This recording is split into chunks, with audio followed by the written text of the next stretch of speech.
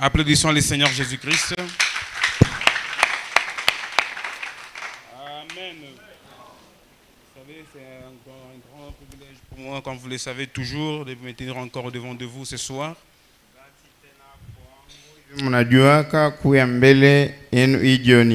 Pour que nous puissions adorer ensemble le Seigneur Jésus-Christ. Il est merveilleux. Est-ce que vous l'aimez? Jésus est la parole. Aimer Jésus, c'est aimer sa parole. C'est aimer venir manger à sa table. Le Saint-Esprit grandit quand on mange la parole. Si vous restez à l'église, si vous restez à la maison, vous n'allez pas grandir spirituellement. Mais quand tu viens à l'église pour écouter la parole, tu vas grandir spirituellement. Tout comme la nourriture physique nous fait grandir physiquement. Parce que si tu ne manges pas physiquement, tu n'auras pas la force de se tenir debout. C'est pareil même spirituellement, si tu ne manges pas, tu n'auras pas la force de combattre le démon. Un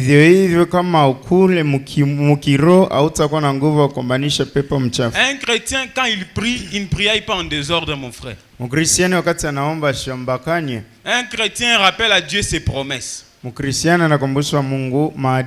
la prière, tu répètes la parole de Dieu dans la prière. Mais tu répéteras la parole de Dieu seulement si et seulement si cette parole est d'abord en toi. Si réellement tu as cette parole en réserve pour que tu puisses les rappeler à Dieu. C'est pourquoi nous venons afin que nous puissions avoir de quoi rappeler à Dieu dans nos prières.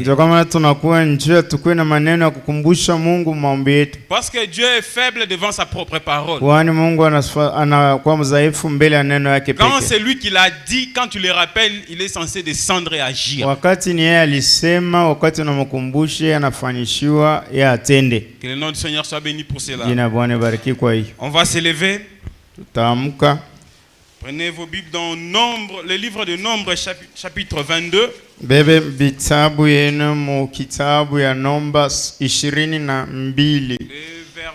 28 en descendant.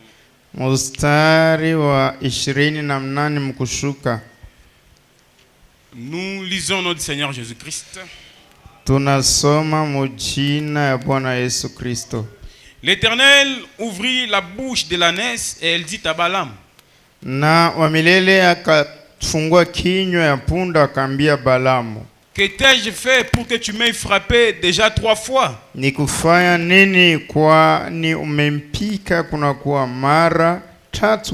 Balaam répondit à l'ânesse: Balamu akamjibu mwana punda, c'est parce que tu t'es moqué de moi. C'est parce que tu t'es moqué de moi. C'est pourquoi je te frappe. Kwani wewe unanichekelea jo kwa maana na kupika simbo. Si j'avais une épée dans la main, je te tuerais en l'instant. Kama nilikuwa na upanga mkononi yangu nilipaswa kukua pale pale. L'ânesse dit à Balaam: punda akamwambia Balamu, ne suis-je pas ton ânesse? Mimi si punda wako nawe? Ne suis-je pas ton ânesse? Mimi si punda wako nawe? Et pardonnez-moi, l'ânesse dit à Balaam: ne suis-je pas ton ânesse que tu as tout le temps monté jusqu'à ce jour? Na umepanda maisha yako yote hata leo? Ai-je l'habitude de te faire ainsi? Ilikuwa desturi yangu kukutendea hivi mbele? Et il répondit non. Akasema hapana. L'Éternel ouvrit les yeux de Balaam. Alafu wa milele akafunga macho ya Balama. Et Balaam vit l'ange de l'Éternel qui se tenait sur le chemin. Balama akaona malaika wa milele akisimama njiani. Son épée nue dans la main, et il s'inclina et se prosterna sur son visage. Na upanga wake mkononi mwake akainamisha kichwa chake akaanguka kifundifundi. L'ange de l'Éternel lui dit: malaika wa Bwana akamwambia, pourquoi as-tu frappé 3 fois ton ânesse? Kwa nini umepiga punda wako mara hizi 3? Voici, je suis sorti pour te résister.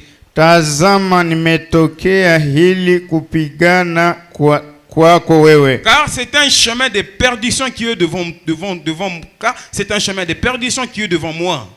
kwa sababu njia yako ni mbaya mbele yangu. L'ânesse m'a vu. Na punda aliniona. Et elle s'est détournée devant moi déjà 3 fois.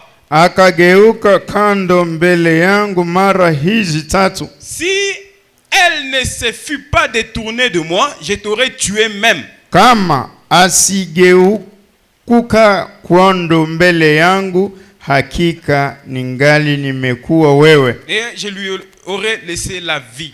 Na nikumwacha yeye. Que Dieu bénisse sa parole, veuillez vous asseoir. Mungu abariki neno lake, muketi. Éternel Dieu des armées, nous te sommes infiniment reconnaissants. Nous voici réunis autour de toi, ô Dieu, autour de ta parole. Seigneur, il est vrai que nous sommes venus, ô Dieu, te voir toi. Bénis-nous ce soir à la réunion. Console les affligés. Délivre les captifs. Guéris les malades.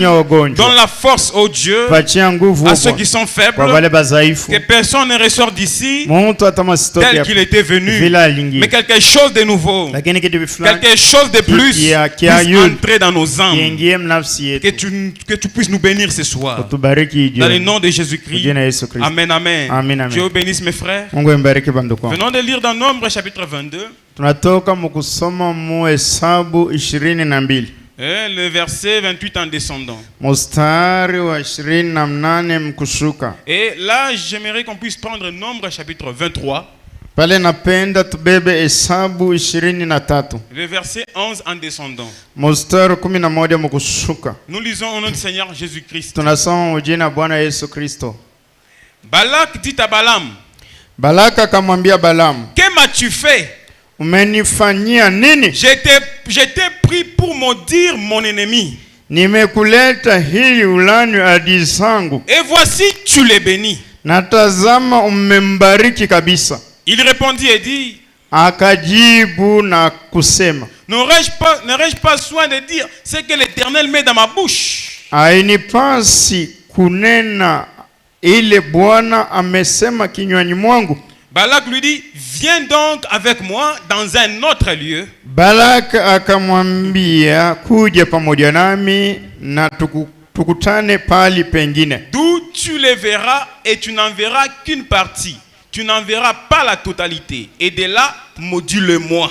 Na kutoka pale utaweza kuwaona, utaona upande wao mwisho wao tu, wala utapaona wote, unilanie watu toka pale. Si vous avez remarqué la première écriture, kama unatazama andiko ya kwanza, nous avons vu qu'il y avait une vision. Et dans cette vision, il n'y avait que l'ânesse qui avait vu le détail. C'est pourquoi le sujet de ma prédication, c'est le détail de la vision. Na kisina ya mahubiri yangu ni kilinzi wala vilinzi vya onyo. Cela m'a béni quand Dieu m'a donné ça dans mon cœur. Et je pense qu'il vous bénira aussi ce soir. Amen mes frères. Amen. Là, on voit Balaam qui était un prophète. Et Balak était le roi de Moab. Vous savez, la Bible dit Balak a entendu les exploits des enfants d'Israël. Na Balak mfalme wa Moab alisikia bishangao bya Israeli. Il a eu la nouvelle de comment Dieu les a délivrés de l'Égypte. Anapata habari namna gani Mungu aliwaokoa Misri. Il a eu la nouvelle de comment ils ont déchiré la mer rouge. Na alipata habari vile walipasula bahari nyekundu. Il a eu la nouvelle de comment le Dieu puissant agissait au milieu d'eux. Na anapata habari vile Mungu wa uwezo alianza kutenda kati zao. Alors la Bible dit Balak a eu la frayeur et a voulu maudire Israël. Na Biblia inasema alipata oga na alipenda kulani Israeli. Alors il a appelé un prophète qu'on appelait Balaam. Na akaita nabii mwenye kuitwa kwa jina la Balama. Il a envoyé ses serviteurs pour dire allez appeler un certain monsieur qu'on appelle Balaam, fils de Beor. Na akatuma watumwa wapelelezi wake kwenda kuambia ule nabii Balaam mwana wa Peora. Car Car je sais que Balaam, quand tu dis quelque chose, cela arrive. Kwani najua kusema ule mtu wakati nasema neno lolote inafika. Toi Balaam, si tu maudis quelqu'un, il est maudit. Si tu le bénis, il est béni. Wewe Balaam kama unalani mtu analaniwa na kama unambariki anabarikiwa pia. Regarde le peuple d'Israël. Tazama taifa Israeli. C'est un peuple puissant qui s'est répandu sur la terre. Ni taifa ya uwezo inazambaa duniani. Je veux que tu viennes et que tu puisses me les maudire. Napenda uje na uwalani. Mais pendant que Balaam était là, wakati Balaam alikuwa, il a dit je vais demander la vie de l'Éternel. Anasema ndio naependa niombe ile ruhusa ya wa milele. Balaam s'est retiré et a prié dans sa chambre. Balaam wakatoka na kaomba mchumba yake. Et Dieu lui est apparu et lui a dit ne pars pas. Na Mungu akamwonekanikia na kumkataza usiende. Il a dit à ces hommes-là, allez dire à votre roi Balak que Dieu a refusé que je vienne. Anaambia watu alitumwa kama mwende mwambie mfalme wenu Balak Mungu anakataa. Alors le roi Balak a encore envoyé un deuxième groupe. Mfalme Balak akatuma tena timu ya pili. Et a fait dire à Balaam que je vais t'honorer et je vais te donner beaucoup de biens. Na akamfikisha kwa akafikisha ile arish kwa Balaam ya kusema wewe kama unalani hao watu takuheshimia na takupa mali mingi. Et pourtant Dieu avait déjà dit à Balaam de ne pas partir. Iliapo Mungu alitangulia kuambia Balaam usiende. La première décision de Dieu, elle est toujours la bonne. Ile mipango ya kwanza ya Mungu ni paka yo sawa sawa. Maintenant Balaam, sasa Balaam, comme il était aussi une personne il voulait toujours insister. Il est allé encore demander la volonté de Dieu. Et Dieu a dit vas-y alors. Et tu feras ce que je te dirai. Mais c'est Dieu qui lui a dit de partir cette deuxième fois. Mais sous le chemin, Dieu envoie un ange avec l'épée pour tuer Balaam. Savez-vous pourquoi?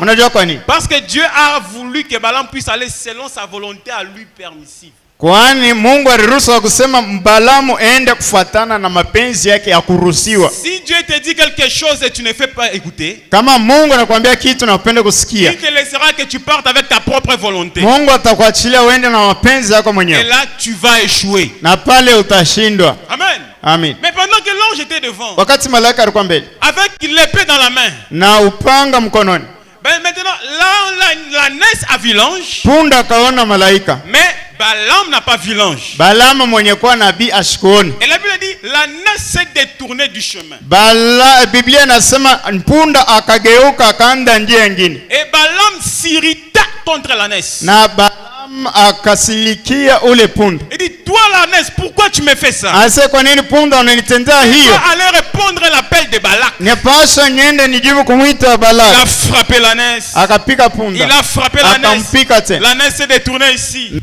Punda akageuka. Il a frappé la nesse. Akapika punda. Et l'ange s'est placé dans un chemin où la nesse ne pouvait aller ni à gauche ni à droite. Na malaika anasimama njia kule akukwe kwa kuendea kushoto wala kuume. Et là l'Éternel a ouvert la bouche de la nesse. Na pale wa milele anafungua kinywa ya punda. Et la nesse a parlé, a dit Balaam, tous ces jours ici tu me montes mais aujourd'hui est-ce que nakalaka mubaya, mais aujourd'hui qu'est-ce qu'il y a? Mungu anamfanya ule punda anakuwa mukeba. Anamwambia paka kweli kweli, mashiku yote unanipandaka, unanisukumaka tunenda huko. Kwa nini unanipika? Mais la nesse a dit est-ce que nisho kukoseaka hata siku moja? T'es déjà résisté même une seule fois. Balaam anasema non, ayanikoseaka hata siku. Bombafu inasumbura na nyama. Je ne t'ai jamais offensé. Jusque là son intelligence, mais c'était Dieu qui était là. Il pouvait d'abord s'étonner, mais comment se fait-il que la nesse parle? Tout ça là, mais c'était Dieu qui était à l'heure. Tina pale pouvait même s'étonner que Mishashkia kampunda par un dessin animé. Huyu mpunda na bien anijibu hivi. Alipasha mbele kurudia mwakiri yake akisema hii ni mambo ya kweli. Mais la nesse a dit regarde devant toi. Punda anamwambia ngara mbele yako. Quand Balaam regarde devant, wakati Balaam anaangalia, il voit un ange debout avec l'épée comme ça. Anaona malaika mwenye kusimama bwima na upanga. Et l'ange lui dit, malaika anamwambia Balaam, la nesse m'a vu. Punda ananiona. C'est au verset 33. Ni Selasini na tatu. Il dit la nesse m'a vu. Punda ameniona. Elle s'est détournée tourné de moi 3 fois. Akageuka kando mbele yangu mara hizi 3. Frère, c'était une vision qui était là. Ndugu, ilikuwa ni onyo pale. Mais l'ânesse a vu le détail de la vision. Lakini punda naona ile bya mkilinzi bya onyo. Mais Balaam a manqué de voir le détail de la vision. Lakini Balaam anapusa kuona ile kilinzi ya onyo. Le détail c'était que l'ange était devant mais lui il ne le voyait pas. Kilinzi ya ile onyo ilikuwa kusema malaika alikuwa mbele, punda anamuona lakini yeye mtu ashimoni. Et l'ange a dit si seulement l'ânesse ne s'était pas détournée. Na akamwambia kama tu mpunda asikugeuke. Je t'aurais tué à l'instant même. Nilikupasha kukua pale. Donc c'est l'ânesse qui t'a épargné. Ni punda na parce qu'il a eu la révélation. Si Dieu pouvait se révéler à un animal, à combien plus forte raison ne peut pas se révéler à toi ce soir? Tu dois voir l'ange de l'Éternel. Tu dois le voir dans ta maison. Tu dois le voir dans tes affaires. Tu dois le voir dans tes enfants. Tu dois voir l'ange de l'Éternel dans ta vie. Le voir, c'est le voir s'accomplir, accomplir les promesses dans ta vie. Tu dois voir ces détails-là. Amen. Amen. Voici, j'étais épargné à cause de cet animal. Mais je t'ordonne, vas-y. Mais tu diras ce que moi Dieu je t'ordonnerai. Mais remarquez au chapitre 23 au 17e verset.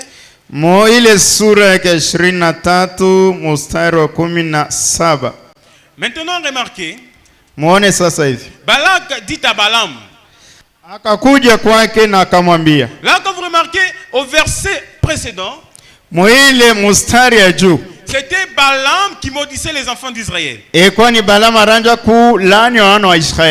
que Dieu a mis en Balaam le bénédiction au lieu de malédiction. Balaam moyo wake alipenda afurahishe mwinjake Balak enda kalani Israeli. Lakini Mungu anaweka ndani ya Balaam pali palana inakuwa baraka. Amen mes frères. Amen. C'est comme ça que Dieu agit même pour nos ennemis. Vile Mungu anatenda hata njoo wadui zetu. Ils penseront qu'ils te maudissent mais Dieu mettra cela ça change en bénédiction. Watazani akusema na kulani lakini Mungu atabadilisha ile inakuwa baraka kwa ajili yetu. Et remarquez à quel moment Balaam s'est présenté pour maudire les enfants d'Israël. À quel moment Balak s'était décidé d'envoyer Balaam. C'était quand les enfants d'Israël étaient dans un état de faiblesse. C'était à peine qu'ils venaient d'être mordus par les serpents d'airain. Comme vous le savez, ils ont été rebelles en Égypte. Dans le désert, ils ont péché plusieurs fois. Ils ont fait des veaux d'or. Et de là, Balak a dit c'est le moment. Viens voir ce qui se passe dans les camps d'Israël. Les enfants d'Israël se sont rebellés devant Dieu. Et toi viens, tu monteras de ce côté. Et tu verras seulement une partie. Et là tu vas les maudire. Regarde, ils sont en train d'être mordus par les serpents. Dieu leur a envoyé des serpents. Ça c'était le gros plan de la vision. Mais dans le détail de la vision, ils n'ont pas vu les serpents d'airain qui faisaient l'expiation. Il y avait un serpent d'airain qui faisait l'expiation pour les enfants d'Israël. Frère, quand le diable te regarde, il te regarde dans le gros plan. Mais il manque de voir celui qui prend ta place. Raison pour laquelle il t'accuse chaque jour. Mais il ne sait pas voir celui qui était mort pour toi à la croix. Sache qu'il y a le détail de la vision. Et dans ces détails-là, Dieu te les révèle ce soir. Comme le frère Sylvain a chanté, Balaam ne voyait pas la colonne de feu qui était au-dessus du peuple.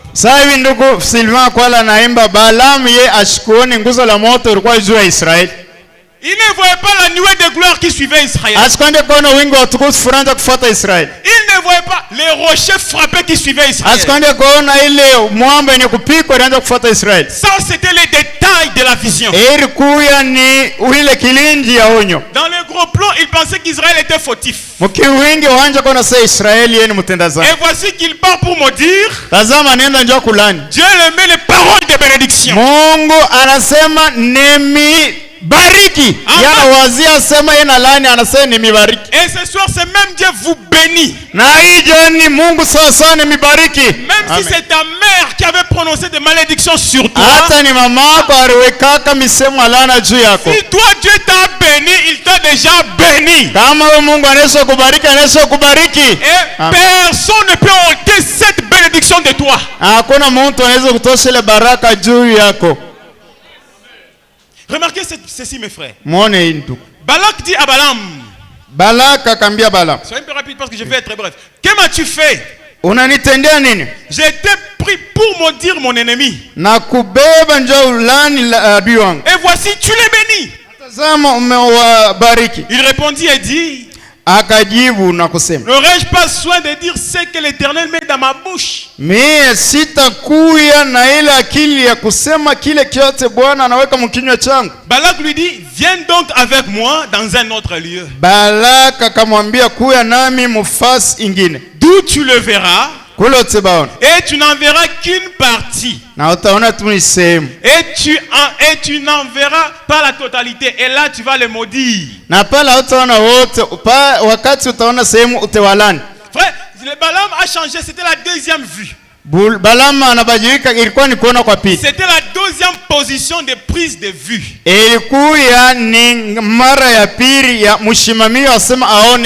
Parce qu'ils étaient à un certain côté, il a vu le peuple d'Israël. Mais dans cet angle-là, Balaam, au lieu de les maudire, il les a bénis. Maintenant, Balak pensait qu'il s'agissait de la position de vue.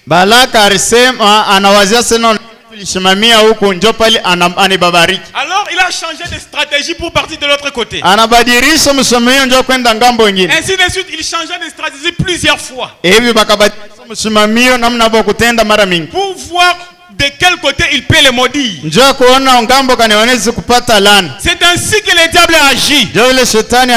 Il te regarde dans un angle par une certaine faiblesse pour t'envoyer et te faire voir que Dieu n'est pas avec toi. Mais quand Dieu te révèle la chose, il change de stratégie. Des fois il va t'envoyer cette maladie. Dieu te guérit de celui-ci, il t'envoie l'autre maladie. Mais il ne sait pas que peu importe la position qu'il prendra, la colonne de feu était toujours au-dessus des enfants d'Israël. Elle ne se déplaçait jamais. Et peu importe la position que les diables peuvent prendre pour toi, il ne peut jamais changer ce qui s'est passé à la croix de Golgotha. C'est accompli une fois, ça s'accomplira et cela continue à s'accomplir, ça s'accomplit toujours au lendemain jusqu'au dernier.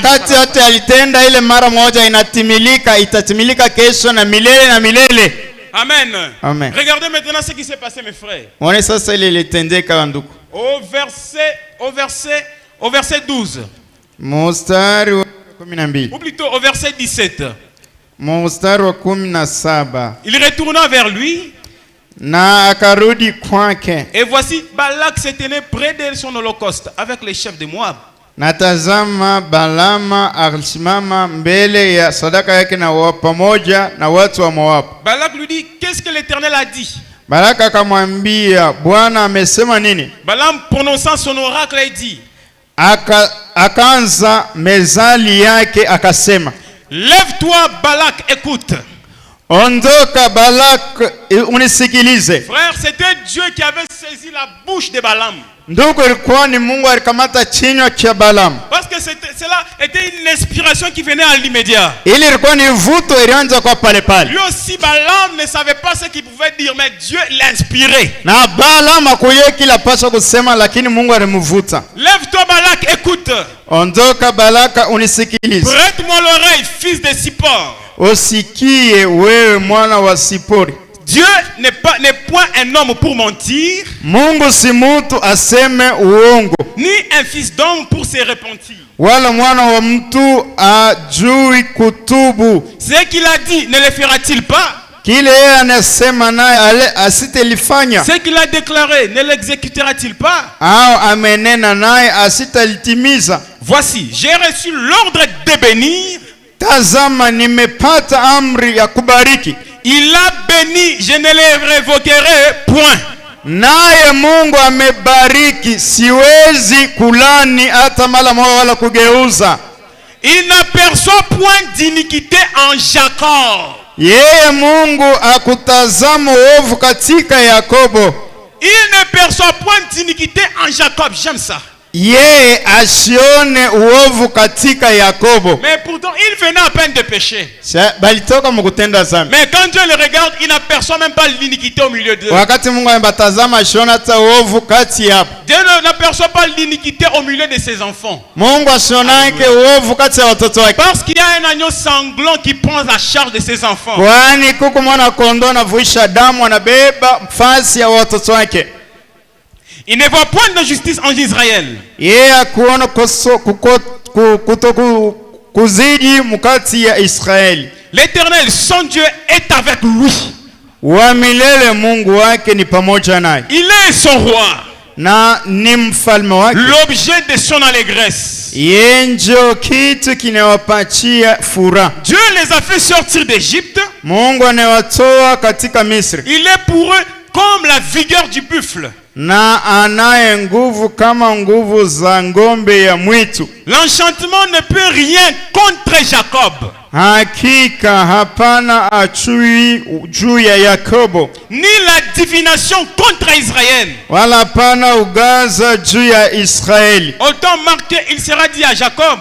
Sasa habari za Yakobo zitaambiwa hivi. Et à Israël, quelle est l'œuvre de Dieu? Na Israeli zitasemwa ni kazi ya Mungu. J'aime ce que dit la Bible. Ni la divination. Wala ile hapana. Ne peut faire rien contre Jacob. Ni la haezi kutendea mabaya Yakobo. Ni la sorcellerie. Wala ulozi. Ni la magie. Wala uchawi. Ni les fétiches. Wala dawa. Ni les mauvais sorts. Wala mikoshi. Ne peut rien faire à un enfant de Dieu. Haezi kutendea mabaya mtoto. Parce que Dieu est avec lui. Kwani Mungu ako naye. Dieu est pour lui comme la vigueur du buffle. Mungu eko naye sawa nguvu ya ngombe wa mwitu. Alléluia. Amen. Lorsque tu as Dieu, wakati kuna Mungu, tu deviens vigoureux comme un buffle. Unakuwa na nguvu sawa ngombe za mwitu. Parce que celui qui est en toi est plus grand que celui qui est dans le monde. Kwani yule eko ndani yako eko na nguvu kupita wa ulimwengu.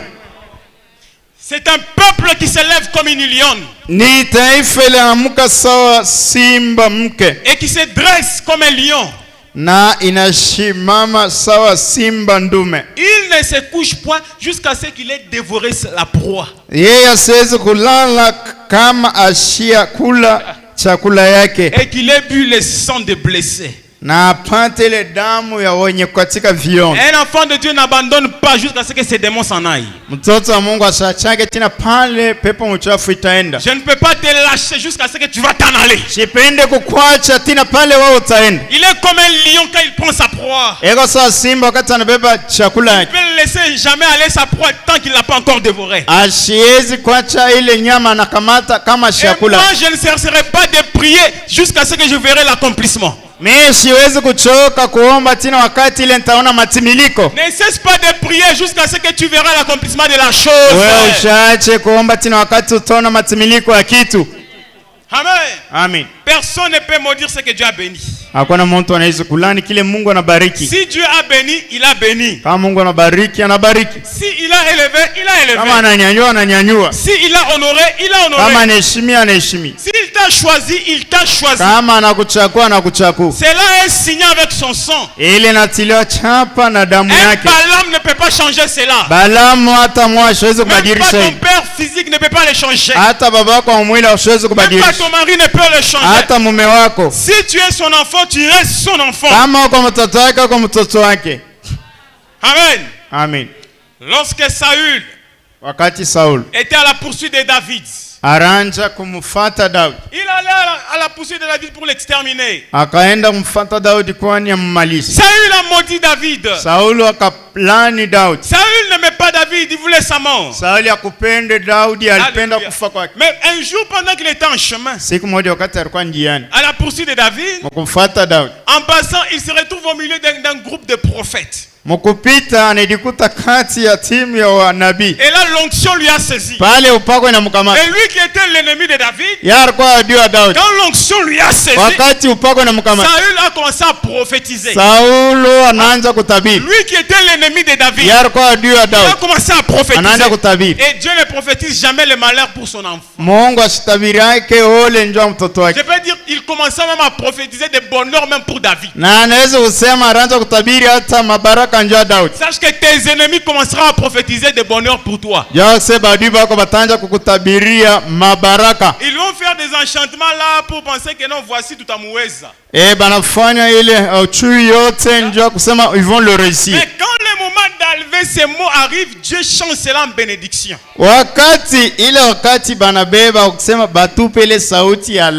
Mungu anabadilisha ile masauti inakuya ni baraka. Et à des fois ils seront même conscients de ce qu'ils disent. Mara nyingine batakuwa na dhamiri yote ya kusema hii tunasema ni hivi. Ils disent mais je voulais que makaji yake ifunge. Nasema makaji ifunge, mais je dis makaji ifungurike. Mais qu'est-ce qui se passe, ma langue, qu'est-ce qu'il y a?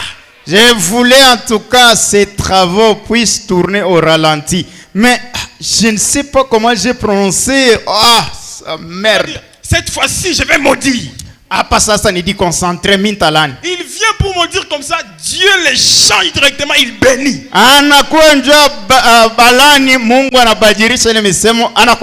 Et quand l'esprit de Dieu quitte, il devient dit, mais qu'est-ce que j'ai dit? Je voulais maudire.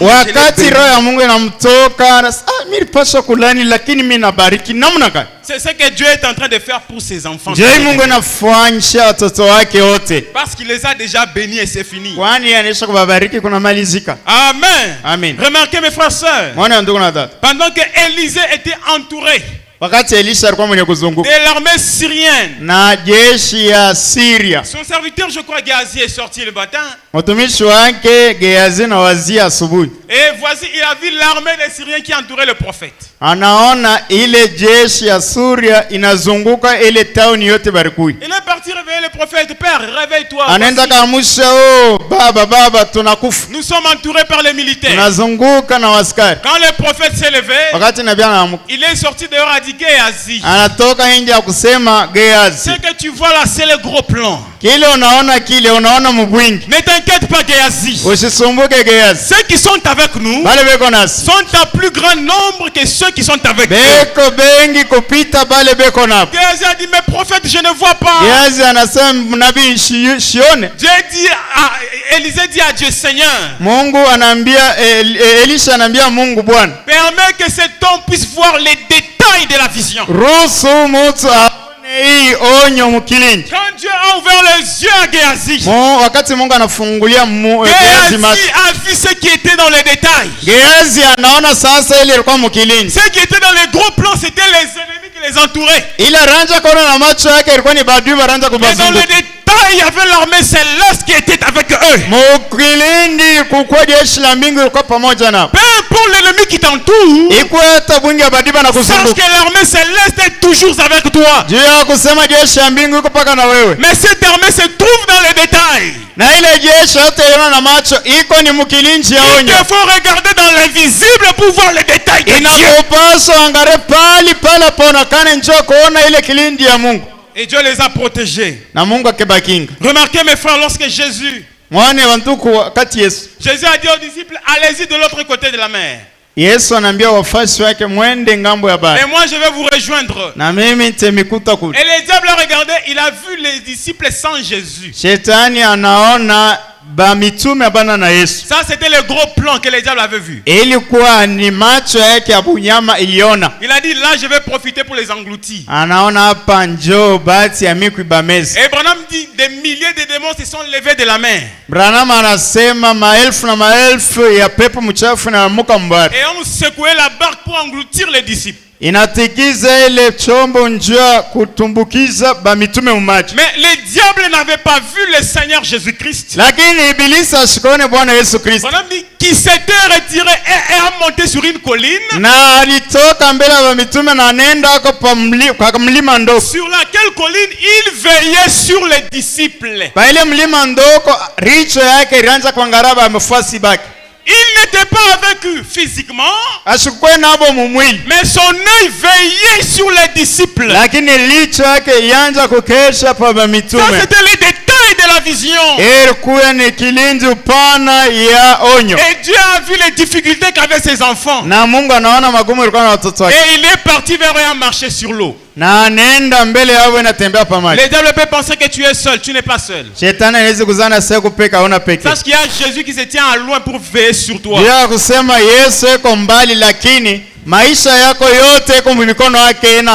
Il veille sur tes enfants. Il veille sur ton âme. Il veille sur ton esprit. Il a dit, même aucun cheveu de ta tête ne peut tomber sans que je le sache. Biblia inasema hata nywele wakati unachanuna kama Mungu ashiruhusu asema haitaanguka. S'il peut veiller sur tes cheveux. Kama yeye anaweza kuangalia kiako mambo ya nywele. À combien plus forte raison veiller sur ton âme. Mara ngapi asiwezi kuangalia nafsi yako? Veiller sur ton corps malade et te guérir. Mwili yako mgonjwa njoo kuiponya. Veiller sur ton état de santé. Kuangalia hali yako afya. Il sera injuste. Yatakuwa na uchaguzi. S'il veille sur mes cheveux. Kama yeye anaangalia nywele. Il ne pas veiller sur ce qui est à moi. Na ashangaike kiliko ndani yangu. Il veille sur toi. Dieu ne t'a jamais abandonné, frère. Il est toujours avec toi. Ouvre les yeux et tu le verras. Remarquez maintenant Samson. Alors qu'on a arrêté Samson, il a perdu sa force, mes frères. Sa force c'était cette tresse qu'il avait sur sa tête. Une femme a arraché la puissance de Samson. Pendant que Samson était au milieu entre les deux piliers, wakati Samson alikuwa mwenye kusimama mnara mbili. La Bible dit Samson a dit encore une fois Seigneur. Biblia inasema Samson akasema mara nyingine tena Bwana. Là on voyait Samson dans un état de faiblesse. Pale baranja kuona Samson mwili hali ya udhaifu. Ça c'était le gros plan de la vision. Ile ilikuwa ni mkuona tu kwa kibwengi kwa hoji. Ce qu'il manquait de voir c'était les cheveux qui repoussaient sur la tête de Samson. Kile baadhi baliposa kuona ni kuona nywele ilianza kuota pa kichwa Samson. C'était la force qui revenait à Samson. Ilikuwa ni nguvu ilianza kurudia kwa Samson. Sache qu'il y a toujours une force qui revient à toi. Lorsque tu te retrouves dans un état de faiblesse. Dis seulement encore une fois Seigneur. Le fait de dire encore une fois Seigneur, c'est une prière et c'est aussi un témoignage. Quand tu dis encore une fois, c'est-à-dire tu témoignes de ce qu'il avait fait pour toi. Wakati unasema mara nyingine tena unamkumbusha sema ulinitendeaga tena mara hiyo pita. Et encore une fois fais-le. Mara nyingine tena tenda. Et tu auras la force, les cheveux vont te repousser. Na utapata nguvu na nywele zitakuota. Tu seras guéri ta maladie, tu auras la solution à ton problème. Utaponywa na magonjwa yako na utapata jibu kwa mambo yako. Amen. Amen. Satan lorsque Jésus est parti mourir à la croix. Shetani wakati Yesu anaenda kafariki kumsalaba. Il a amené Jésus à la croix. Anampeleka Yesu kumsalaba. À la croix du Calvaire. Kumsalaba wa Calvaire. Mais il le voyait dans le gros plan, mes frères. Yaranja kuona tu akasema huyu ni mtu na mmaliza. Branham dit dans le message les 10 vierges. Branham anasema ujumbe wa bikira 10. Il dit que les diables s'étaient réjouis. Anasema Shetani alifurahi. De ce qu'il a vu le créateur du ciel et de la terre entre ses mains. Ya vile alijiona muumbaji wa mbingu na nchi mikono yake. Quand Jésus est mort à la croix, il était un homme. Wakati Yesu alikufa kwa msalaba alikuwa mtu. Il était aussi Dieu 100%. Naye alikuwa Mungu 100%. Et les diables s'étaient réjouis de ce qu'il a son créateur dans ses mains. Shetani alifurahi kwani hivi alikuwa na muumbaji wake mikononi yake. Quand on a arrêté Jésus, il était content. Wakati balimkamata Yesu alikuwa na furaha. C'est ce qu'il voulait. Dieu qu'il alipenda. À un tel point que Hérode et Pilate ne s'entendaient pas. Mwanamna kusema Herod mfalme na gavana Pilate barakwaka badui kote kule. Mais quand ils ont arrêté Jésus, ils sont devenus même des amis. Wakati banakamata Yesu burafiki bunanji. Le diable était très content de cette scène-là. Shetani alifurahi sana njia ile mama. On a arrêté Jésus, on lui a fouetté. Banamkamata Yesu banampiga fimbo. Dieu était toujours calme. Mungu alikuwa kimya. À tel point que même les anges au ciel. Mukipima kusema hata bamalaika mbinguni. On dit Seigneur, si tu fais du dos comme ça, on descend et on te délivre. Banasema tu, Yesu tunachunga ufanya hata kilole tu hivi.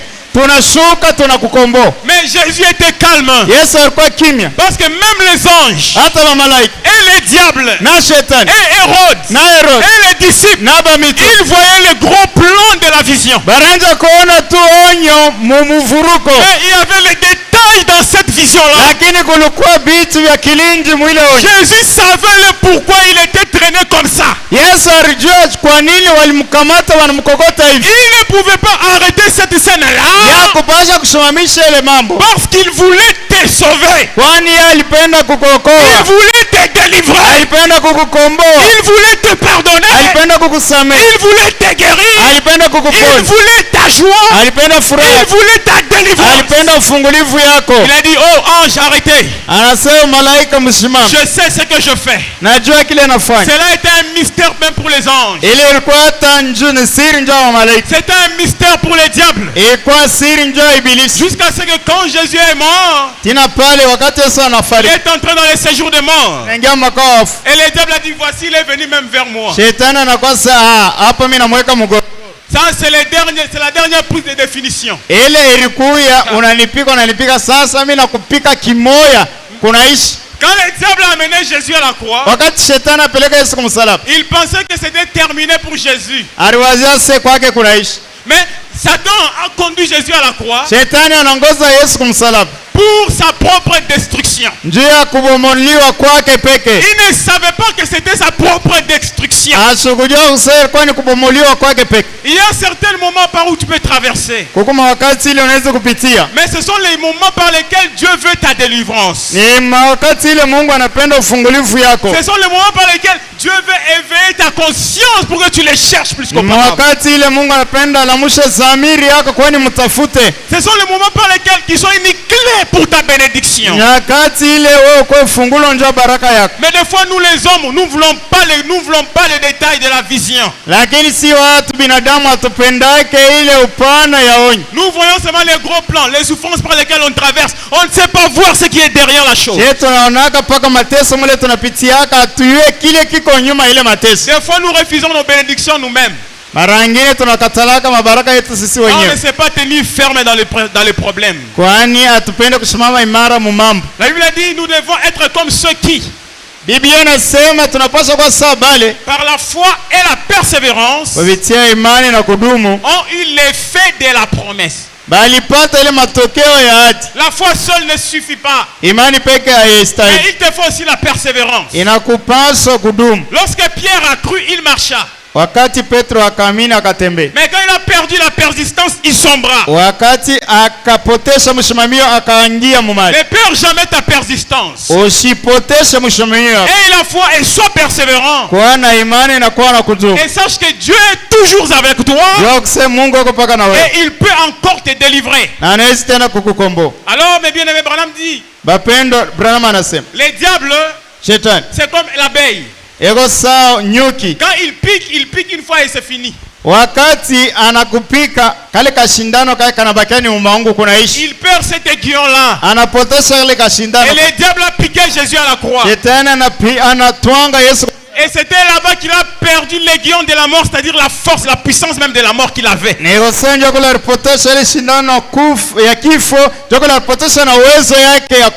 n'était pas fini là.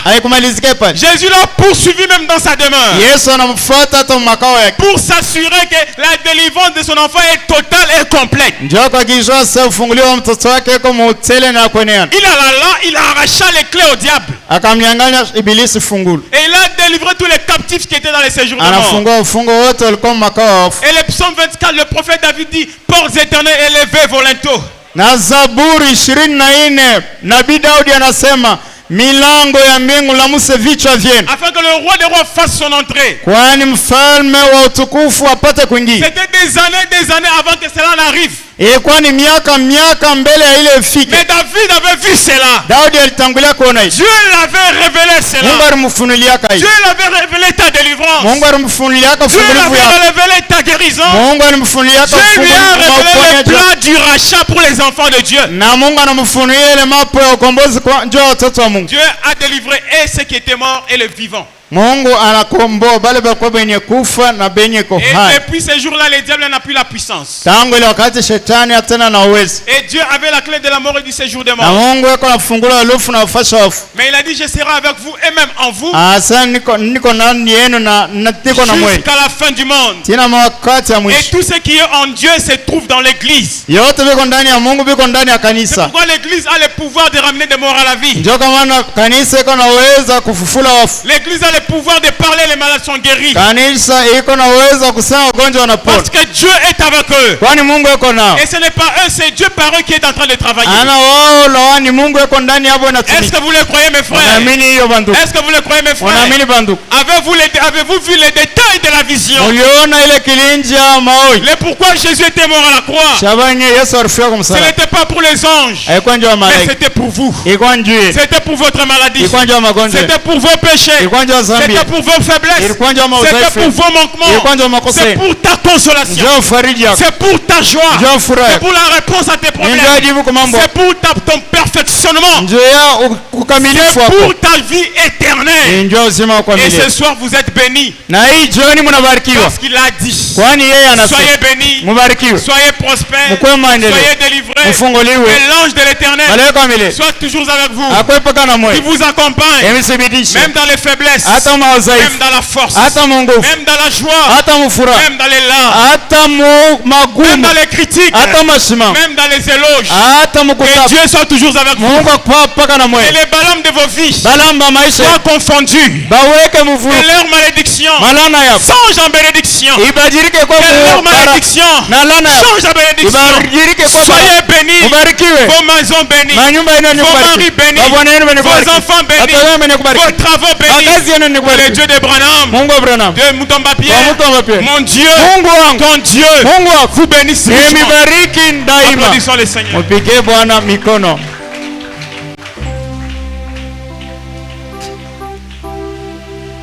Oui, Seigneur Dieu Tout-Puissant. Nous avons dit Amen à ta parole. Et ces paroles ne sont pas des paroles qui sont parties en l'air. Mais cela devient une réalité pour nous. Nous aimerons voir nos ennemis nous bénir.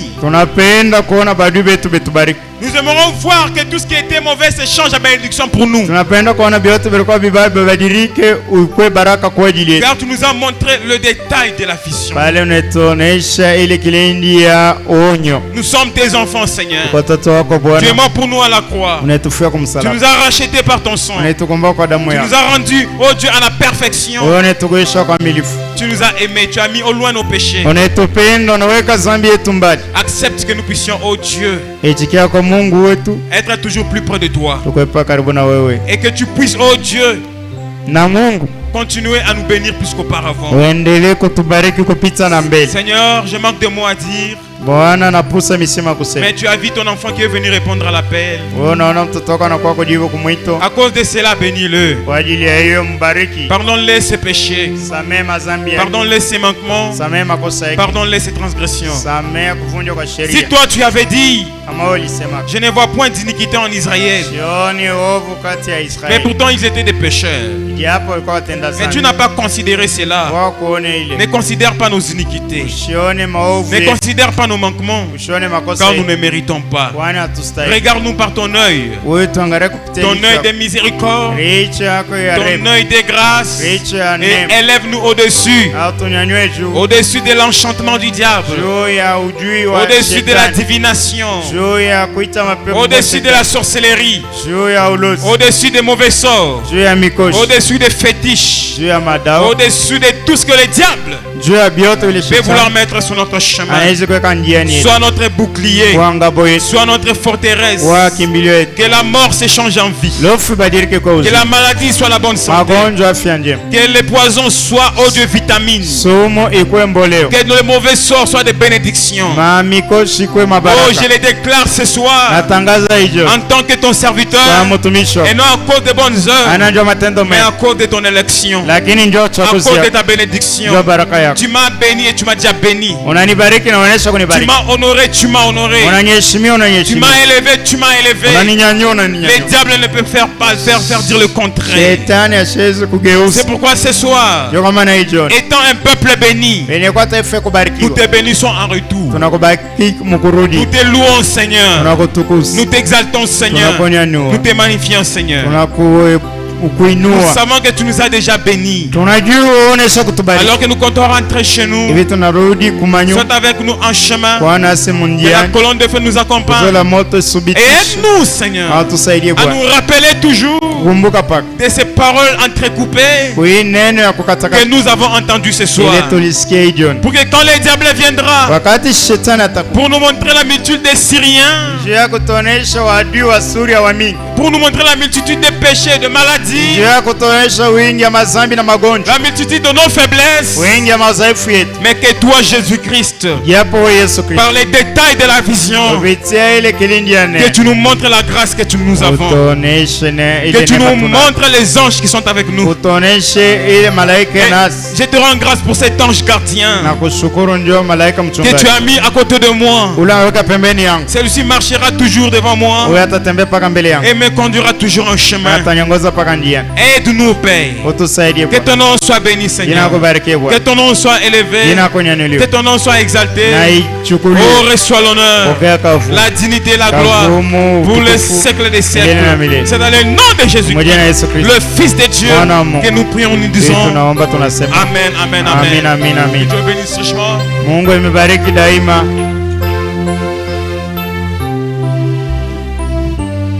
Salut ton frère, ta sœur, Dieu que Dieu te bénisse.